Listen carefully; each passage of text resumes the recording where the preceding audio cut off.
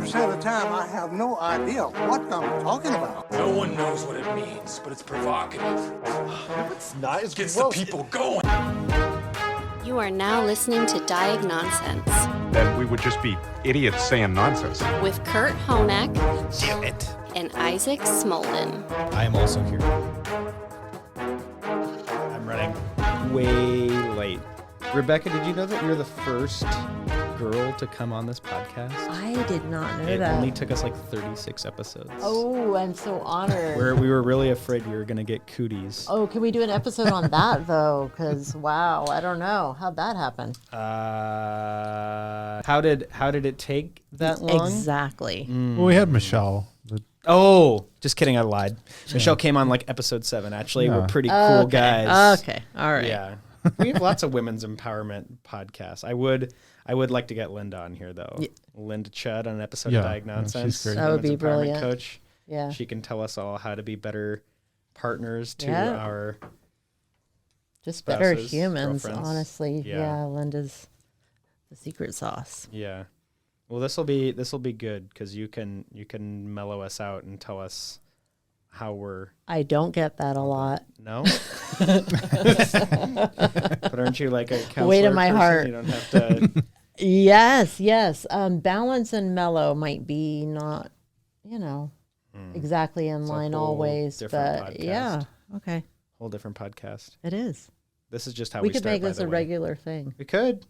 Yeah, absolutely. Once we start releasing weekly episodes. Are you ready for that, Kurt? Maybe once we hire another navigator first, Yeah, and it's not just us first doing yeah. it. Okay, thanks for tuning in to Diagnonsense. I'm Isaac Smolden. I'm joined, as always, by Kurt Honak. Hi, Kurt. Sorry I'm an hour late for this recording. I was stuck in Anchorage. It's okay. At You're some doing meeting good things. You're a busy man. Kissing butt and taking names. I mean, kicking butt and taking names. Yeah. Yes. Oh, wow. Right. Who's our guest today, Kurt? Our guest is Rebekah Bailey, Hi, Rebekah. Hello there. Again, officially, hi. Yes. officially. What is it that you do, Rebekah? I see you a couple times a week, seems like. Yes, that's true. We do run into each other. So I actually work for Refuge Cove Counseling, and I am a mental health counselor. I am getting my supervised hours towards my LCSW license. And I also do, as you know, some contract work for my house. So I was super honored and blessed, inspired, entertained by getting to do my grad school internship, my practicum here. So I have a lot of respect for, oh gosh, I don't know, all the things, all the adjectives for my house, the vision, the staff, and it's been a joy to connect again Yeah. a little bit further down the road. I think you were here right as I started working. You were maybe Yeah, I think that's halfway true. through or Yep. something that your practicum. And honestly, we should, we probably should have had you on the My House podcast before this to talk about some of the contract work that you do before we just tossed you to the deep end on an episode of Diagnonsense. But the reason we're having you on is because September 10th is Day Day. Is it International Suicide Awareness Day? Yep. And so, we always focus some efforts on community outreach and podcast network stuff around that. And I think outside of your work with My House, which we'll absolutely have you back on and talk with Michelle about that, because that's a whole different can of worms. But I think it would be productive today to focus a little bit on the, kind of what you do as it relates to suicide prevention, to mental health support. I know that because I'm an hour late, you and Kurt have probably had a bunch of really good conversation already that we just didn't record. So hopefully we won't have to repeat too much. And before we started recording, I had to shut your conversation down because you had a couple really, you were talking about some really cool stuff and some really interesting things when it pertains to that field.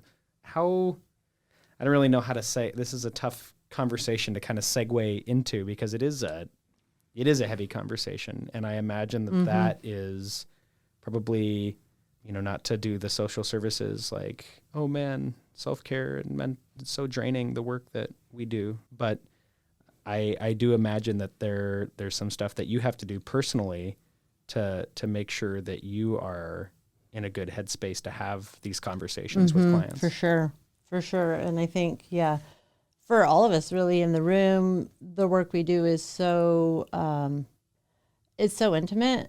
It can be highly rewarding, but it is a commitment often to show up with and for people on what's often the worst days of their lives. So that isn't a small thing and it isn't a light thing. And yet this topic is a heavy one for sure. But one of the things we talked about that you missed out on, we brought our literature recommendations, Kurt and I, today, and he had some good ones. And I had a children's book. But one that I found that's super relevant to this topic, but I was sharing with Kurt, I brought this children's book. I used to just have it for kids, when they came in to kind of introduce the idea about talking about things. And now I'm to the point where it comes out for everyone, So if you ever come to see me on a dark day, you come into my office and the opener is, can I read you a story? Jack Kent, he needs to give me some kickbacks here for There's No Such Thing as a Dragon is the name of it. And long story short, the little guy wakes up and he's in his house and there's this little dragon there. And he's like, wow, this is crazy, cool. But then the dragon, he's doing stuff. He snatches the kids' pancakes and he's going to say something about the dragon. And his mom says, well, there's no such thing as a dragon. So then the story plays out. The dragon starts growing and he's growing pretty fast. But it's hard to talk about something that you aren't looking at. You're saying it doesn't exist. And pretty soon their life is structured around this dragon. And I won't give away the whole, get the book. But at the end, the house is gone and the family is in a different location and the dad's looking for them. And they get back together again. And he says, like, why did this happen? What is going on? And the mom starts to open her mouth and say, there's no such thing as a dragon. The little guy's saying, well, the dragon. And he says, no, there is a dragon. There is a dragon. And he pets the dragon's head and the dragon starts shrinking. And at the end of it, it's right back down the size of a kitten, just like at the beginning of the story. The mom says, well, I could have dealt with a dragon this size. I don't understand why it had to be so big. And Billy Bixby says, I just think it had to be noticed. And man, it does fit everything. We could talk, honestly, the rest of all the podcasts about the things that we have to notice and tend to. But the overarching message, I think, is it's those things that you feel you can't talk about, that they grow and they have impact that is stunning, that's irreversible, that is so, so hard, because the silent message that is agreed to is we can't talk about this.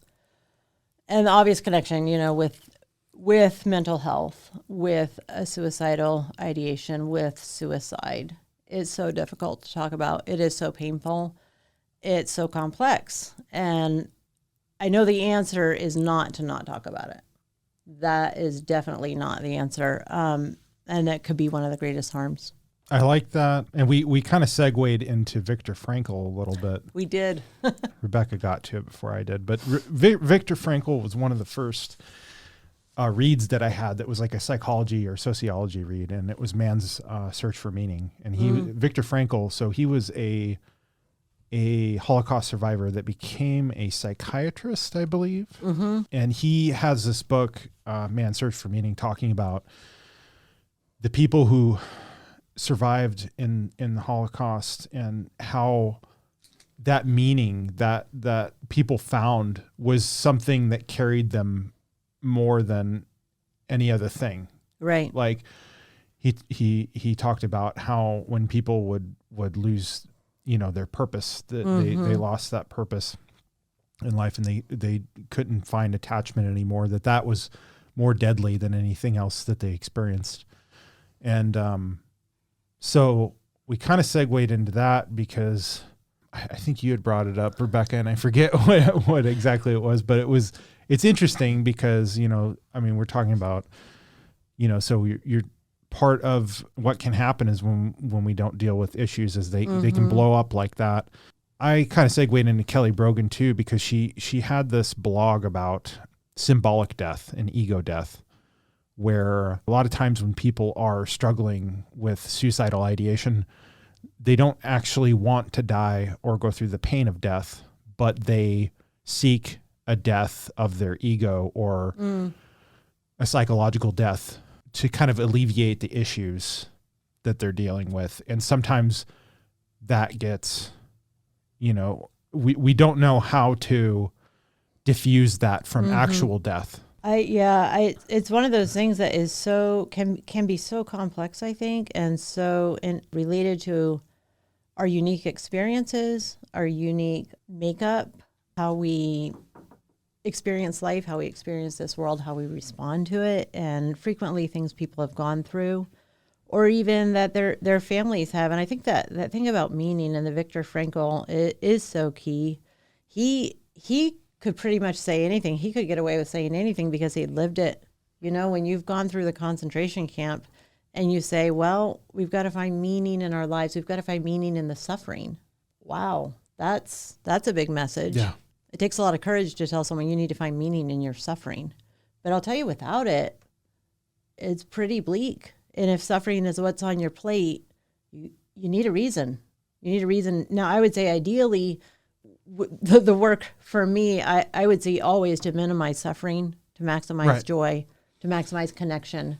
And there's meaning in that as well. And I firmly believe that whatever the challenges are, that can happen. We can have successful, productive, meaningful lives along with many of these challenges. And the heartbreak, I think, of any caring, providing profession is that you want to remove those things. You want to say there's a life where they don't exist. And sometimes that's on offer, but sometimes it's not. Sometimes we have to live well with the things that we're facing or experiencing. And then it becomes the task is to minimize the suffering, to maximize that joy and connection. Also, maybe to find the meaning and to find the purpose and to find the reward in the suffering that we can't remove. Like challenging. meaningful suffering. Yep. I think is you don't a want theological. it to be for nothing. There's a theological term though that's like meaningful suffering, and I can't remember if I picked that up from Alan Watts. I can't remember. I might have picked that up from my Alan therapist Watts. likes to say, "Never waste a good crisis." I don't know if that's because I'm always bringing them or no. I like that because I think because today, as of recording this, it is, I think it's International Overdose Awareness Day today. Not only, so we have a couple different. We do, different dates on the calendar here about really heavy stuff, but meaningful suffering in the context of having to go through things we don't want to go through. Because I know, like when I went through psych drug withdrawal, that was really important because I had to find a reason to get up every day. I mean, when you contextualize it around the person you are, has wisdom, has value. If you don't inherently value yourself, it can be difficult to go through those processes. But I think there's like some enlightenment once you reach the end of that, because it's like we would like to press the easy button for all the things and have all the drugs, to magic bullets, so to speak, for everything. But there's important things that you find at the end of that. I thought that was important to tie in because of the overdose awareness. Yep, and I'm sure you see that a lot here as well, but the interaction between those things and sometimes the substance use, whether it's drugs, alcohol, is often not a great way, but maybe a maladaptive, we'd say, coping mechanism. But you are looking a lot of times at people trying to make sense of their lives, trying to do exactly what I just described, minimize suffering and maximize joy. Unfortunately, they offer the alcohol, the drugs, they offer something that's not, they can't really deliver on. And so you're always chasing that hope that there will be relief that actually is meaningful. Right. Because I don't want to sound like I'm blaming either. Because like, I guess what I'm thinking is like the person that I am now, I respect a lot more than the person that before I went through that process of like introspection and withdrawal and then sobriety. And Yep. I think that this is almost like a 30,000 foot level of, I could tell you exactly what you need to do to get out of that hole that you're in. But me standing at the top of the pit and telling you, okay, so what you should do first is you're going to want to take a ladder and you're going to want to place it there, and you can dig out this and this so that the ladder stays stable, and just talk at you while you're down in the hole is not very productive. Where do we start? Where does an individual start? What's the first step? And obviously I think there's some ones that we repeat a lot, almost offhandedly, like, oh yeah, duh, like go talk to someone, let a loved one know.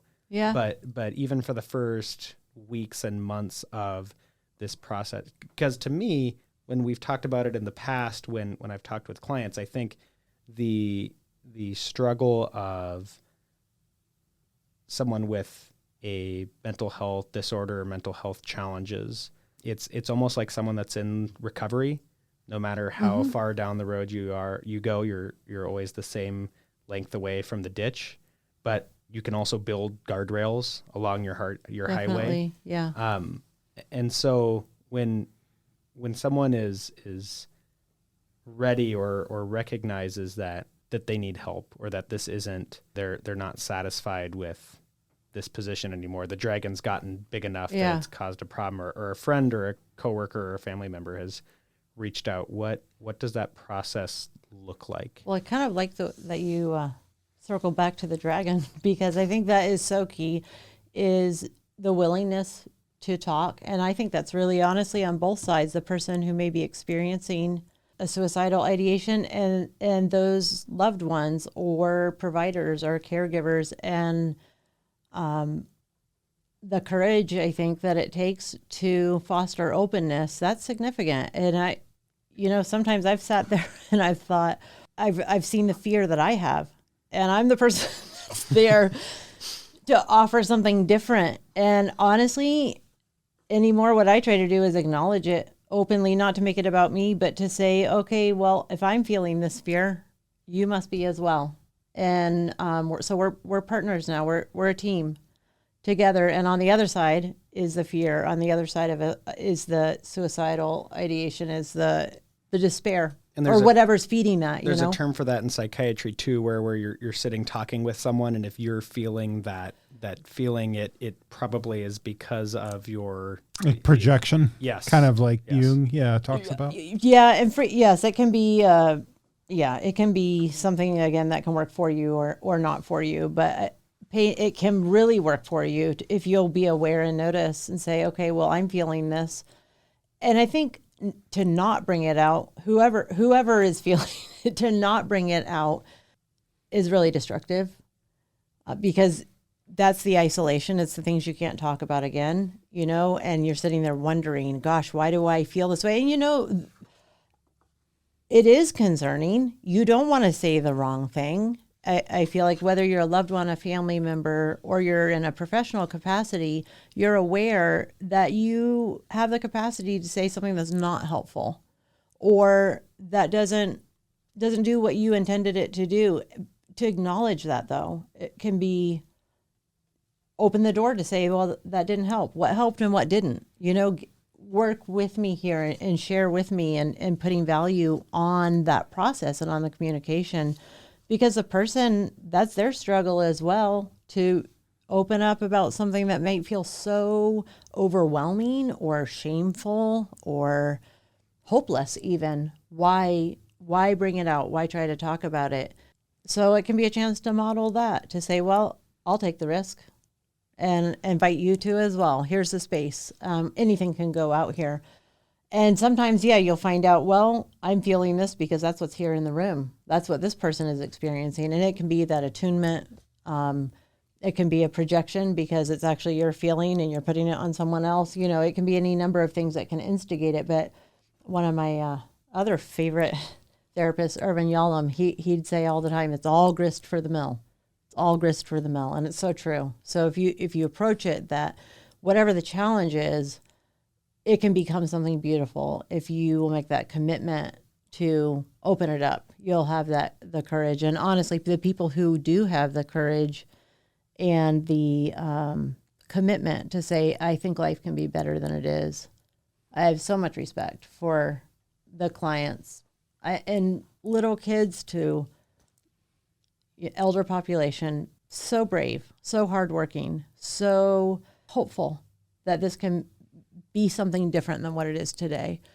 So I think making a space for that is so important. And I think there can be this kind of, I don't know if it's an old school assumption, or like if we don't talk about it, it's the dragon. If we don't talk about it, it doesn't exist. Or information somehow will promote it. If I talk about suicide, it's more likely. What do they call that? Manifesting on TikTok? I forget. I don't know. It doesn't work that way. It's the things that you avoid. You're not telling them something. He'll be in the room with us. Is that what it is? Yeah. Exactly. Yeah. So, yeah. If we don't tell the children about biology, that's not this topic today. Anyway, information and education is not the enemy. It is not. And believe me, if you are sitting with someone who is having a struggle around suicide, you're not telling them something they haven't thought of. You're not bringing up a topic that isn't there with them in the night that they're not sleeping, or during the day, or, so I take that risk. And it's fine to say, I don't want to say the wrong thing. I'm afraid I'm going to say the wrong thing here, but I don't want you to be alone with this. And I know in some level you are alone with it, but I'm here with you and I'm not going to leave. That is not nothing. And you're also making that invitation that you also can put something out there. Go ahead and we can face it together. I think it's really important to get used to, we call it normalizing the conversation, asking someone, are you experiencing thoughts of wanting to kill yourself? Oof, that's a role play for you when you're a student and you're kind of going, what is the right word? No, those are the words. Like, what are you experiencing? Is this a problem? Do you have a plan to kill yourself? I'm not really unleashing on the masses. This is not advice. Race out there and grab your buddy. I guess what my intent here is to say, don't add more fear. Don't add more avoidance. Don't pile onto, because that's already there. Step into that space and say, let's talk about it. Let's open the can of worms, because there are answers. And if I don't have them, I'll help you find them.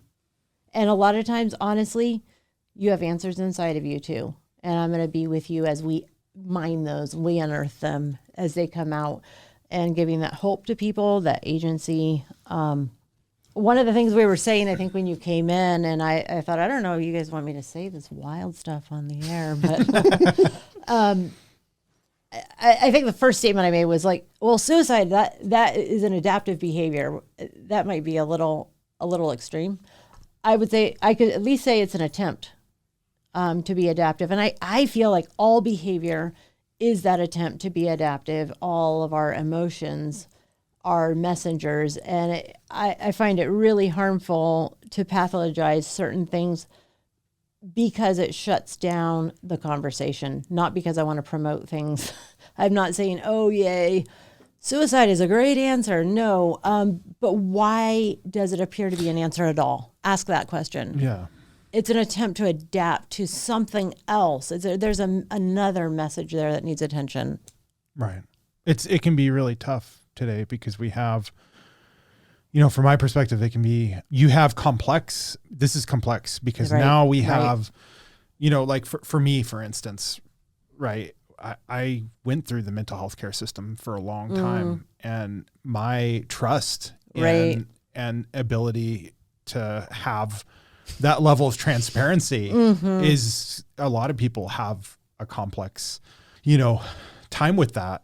Absolutely. Probably more than ever. I feel like it's been catastrophized to some extent, but maybe we can make inroads. Maybe people can make inroads. But it's a hard one. I think the intimacy is important because we know with part of the reason peer support works is because you're present with them in the moment and you're there available for those emotions. Absolutely. And whether or not somebody's even willing to engage with you at that level, I think it's still valuable that they're there. Well, even if you don't know what to absolutely. say, That's you know what I mean? exactly right. And It's- the reason therapy works is actually the exact same reason. And, we want evidence-based treatments. Yes, we do. We want science. We want research. Absolutely. But, the number one predictor of positive outcome in therapy across modalities, across diagnoses, is the therapeutic alliance. So that's a lot of really awesome, great words that say the same thing you just said. Yeah. If you share that connection and that relationship, you are going to find your way. Yeah, we want to do it with stuff that works. Sure, we do. But we're going to find the stuff that doesn't work and say, oh, this doesn't work too. Like we will find our way if we have that connection, if we promote that connection, if we say, I will be here with you in this space. Absolutely. So peer support, counseling, therapy, medical, your MDs, like that's where the magic happens, is in the context of that relationship. So I couldn't agree with you more. And particularly it pertains to this topic of suicide, because I think that disconnection, that isolation is one of the hardest things. Well, and you don't have to necessarily agree with me on this, Rebekah, but where I see a huge amount of disconnect is the continued, how do I say this in a, but I'm reading Mad in America, suicide, most common cause of death for those treated for bipolar disorder. I feel like there's a huge disconnect between treatments and what is being told to the general public. And what we've decided is like you say, pathologized behavior, and what is not pathologized behavior. And I think just feeling like you're human being and validated goes a long way towards no matter what, if you're trying to do the holistic route or whatever route you're trying to do. I certainly don't want to stigmatize, because I know that for some people it is necessary to have something from that biomedical model where it's like drug-based, but I also know that there's a lot of stigma around that's been created around probably people even going to ask for help. Sure. When they're, let's say they're on like 5 different drugs and they're like, man, if I go to my provider, what happened to me last time is that, I ended up in a psych ward, didn't like that. And now I'm going through withdrawal and I don't really feel like talking to anybody, but man, I feel I don't want to be here anymore. Yeah. You know what I mean? Yeah, I do. And I mean, the thing you said about your personal experience, I think is actually very key, because, your life was severely impacted. Maybe, I don't know if devastated is too strong. Severely I impacted. don't think devastated is too strong for me personally. By pharmaceuticals, by biomedication. So you come with a story and it has an important message. Absolutely. And, I talk to people whose stories are wildly different. And I guess that would be the only thing. I don't mind saying outrageous things. Anybody that knows me knows that. Sometimes I have to back them up a little bit. The one thing I wouldn't want to ever do is make someone harm someone, or cause harm or hurt to someone whose experience has been different than my own, or maybe even is one that I haven't heard of yet. And so I don't know. And I think that's important today. So if you hear something that you're like, well, my gosh, I can't believe you said that. My life was devastated by something that seem to be promoting. I do want to have that umbrella. Our experience, it informs our perspective. And when you've had an experience, we need to make space for that and honor that. So you have a story that actually happened. There was an outcome. There was an intervention, and there was an outcome. And man, we don't want that to happen again. And, I've talked to people who've had the opposite experience, who they didn't get. They felt denied either the diagnosis or the medication, and they feel like, okay, and my life was devastated from that, or I'm still picking up pieces from that. And that's valid. In recent years, there's been more attention given, even just in the strictly, the medical health care, and certainly in counseling therapy, there's been a lot of attention given to really the whole person, and not even just the person in front of you, but the generational in historical trauma. Trauma is so big in this, and that's one of my favorite topics, because when you start to see the interaction of our experience with our health. Well, we don't even need to talk about medicine. I don't even think the trauma-informed care model has caught up to, or the biomedical model has caught up to trauma-informed care, right? Yeah, right. Because we really didn't seriously start taking that conversation seriously until ACEs scores. So I think like the 80s, right? Mm-hmm. And it took mental health, psychiatry, psychology till World War I to even recognize psychological breakdown. Right. So I mean, that was like long time. I'll have people saying like, I have this diagnosis, or I have this one, or I have 3 or 4, and then they start opening up about their personal history, and sometimes I'm sitting there going, well, okay, because we know that trauma responses and attempts to be adaptive in the face of trauma, it looks exactly like this. And so you're saying, okay, well, yeah, you fully meet criteria for also that's what trauma looks like. So I don't even know how to have a conversation until we go there. I mean, how do we know what do you look like without trauma? Well, we don't know. Yeah. So I really like what I think Josh said this really well, maybe the first time that we had him on, when he was just talking about his history. And he, as a teenager, was diagnosed with, they told him, oh, you have depression. You have depression. And he was like, well, thank goodness that there was something biologically wrong with me, because I just thought that my parents divorced at a young age, my life sucked, I had no friends, and I grew up in extreme poverty. Thank goodness that there was something biologically wrong with me to support all these other traumatic events that happened in my life. Yeah. And if we really want to get wild and crazy, we also know now. Not on this podcast. that our actual biology changes because of the things that we experience, or the things that we think, or the things that we practice. Our gray matter changes, our DNA changes. So if you want to get all into, epigenetics and historical trauma, but the cool thing is, it's not just the bad news today. The cool thing is people that heal, people that learn to move through their pain, that process and release that trauma, or whatever that experience is, people that learn to live well starting from where they are today. Our DNA changes again. And that, to me, that's the money there. Right. The resiliency. Absolutely. And the things that come with. And it's even the recovery, the resiliency, whether it's the resiliency to not be kept down when it happens, whether it's the post-traumatic growth, that is that, no, I wasn't resilient. It hit me, and it hit me hard. But then I grew in a way that I never would have before.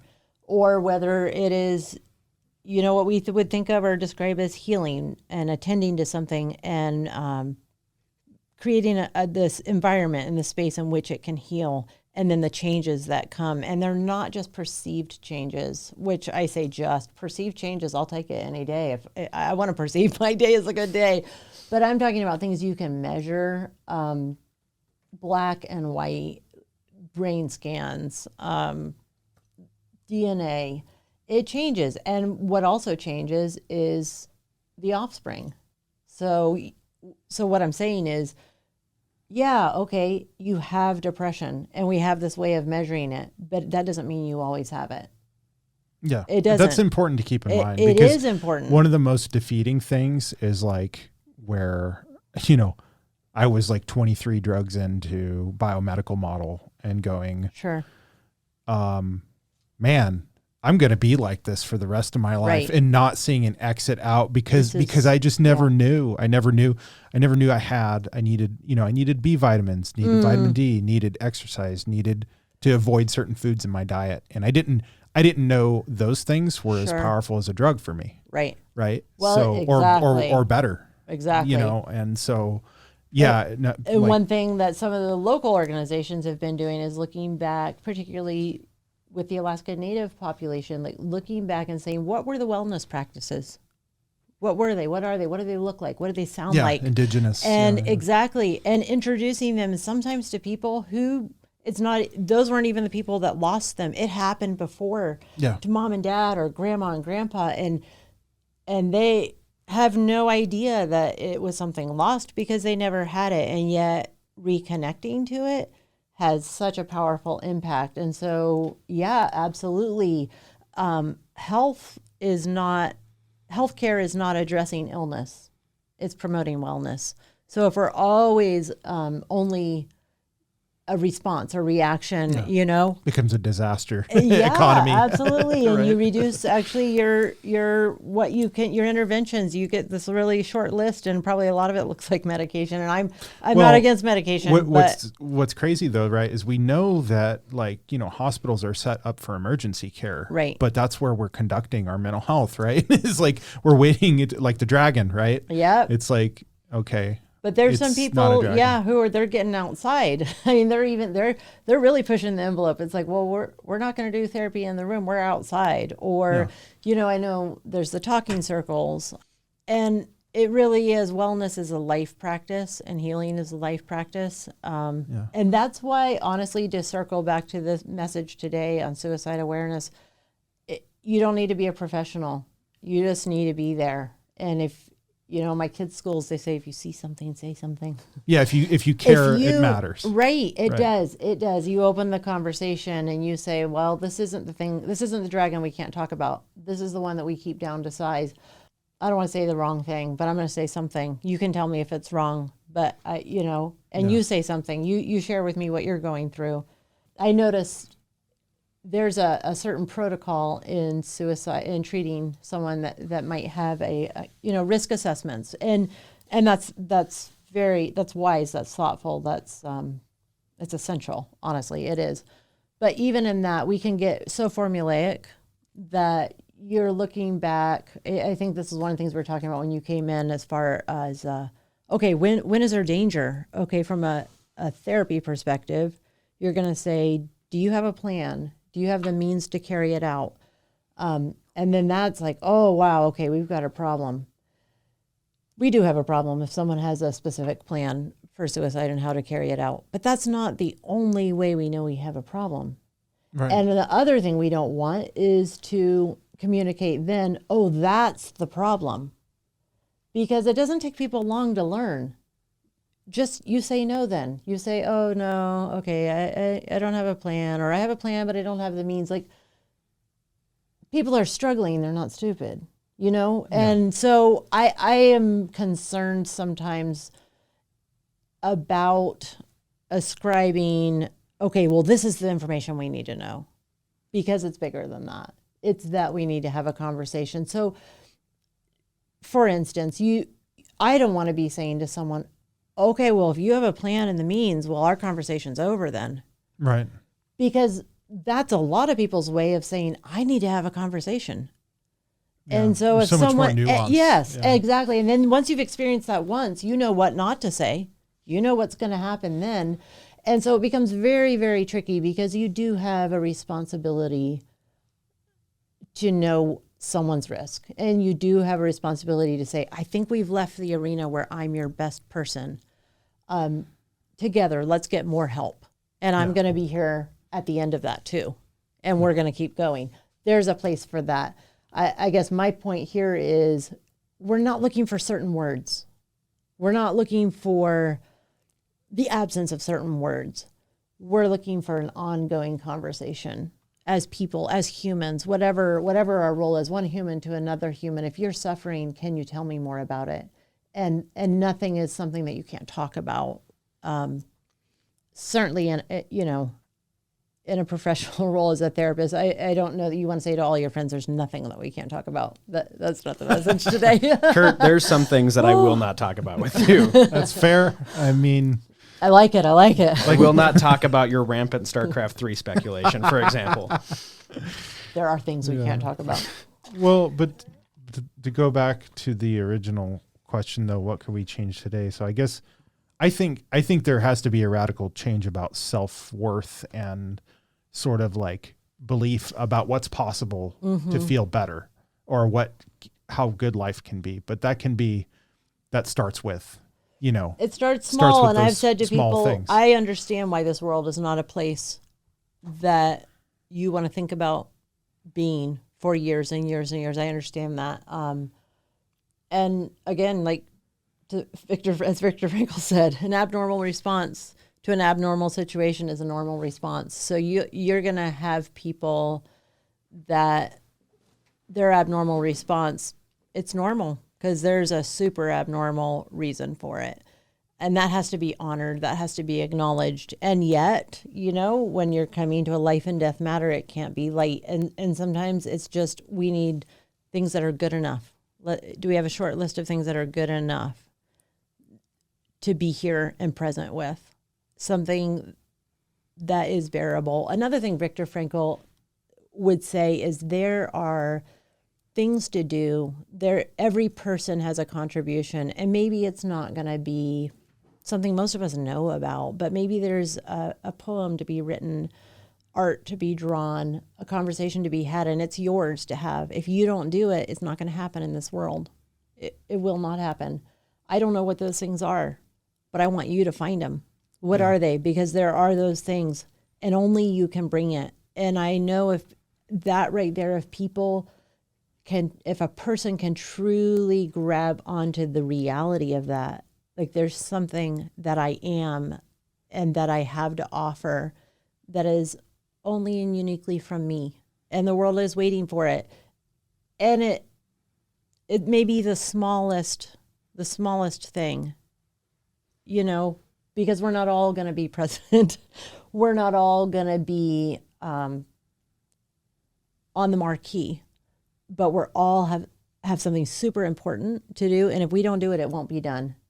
And I think that message is very key to someone that is dealing with despair, to realize that truth and that reality. All right, because if it matters to you, it still matters to you regardless of what society thinks. Absolutely. Or whoever, is your biggest critic. Yep. I think we could have this conversation all day. Forever. Without question. Rebekah, I'm so appreciative of you coming here and making the time. And you've been here for probably about an hour and 30 minutes longer than we told you were going to be. So I don't want to bogart all of the time that you have left in this day.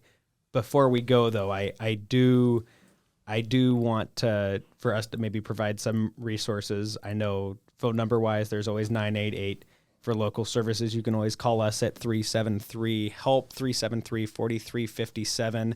And I can't remember if we said it earlier, Rebekah, so I'd love to know the name of the dragon book, and maybe we can link it in the description as well. Oh, that would be awesome. Okay, There's No Such Thing as a Dragon, and it is by Jack Kent. Highly recommend. Kurt, do you have anything as we close out here? Today's been a list of author names that we could do a whole Word document on, so maybe one author name / book name if you have it on the top of your head.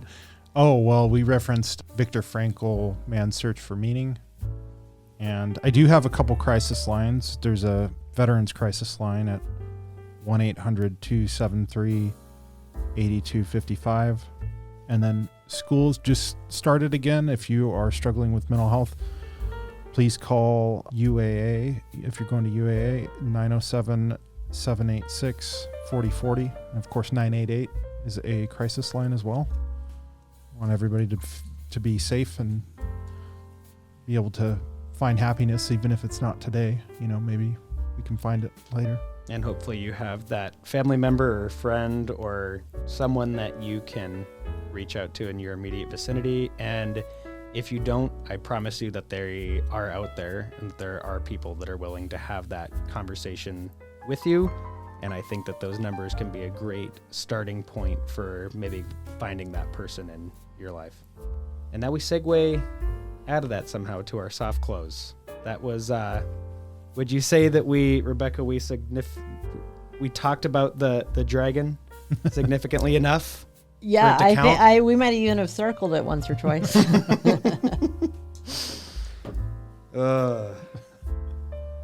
I'm glad that you guys could recount the conversation you'd already had Yeah, for me. Yeah. once I came in. That's always nice. Well, Hopefully there was some new stuff in there Hit for some, you. yeah, we hit some Yeah, high we- points. Okay. So yeah, we hit, hit the high notes. we'll have to release a outtakes one. Yeah. Little did you know, Kurt, I was secretly recording you that whole time while I was driving in the walls. Super secret squirrel. Super secret squirrel.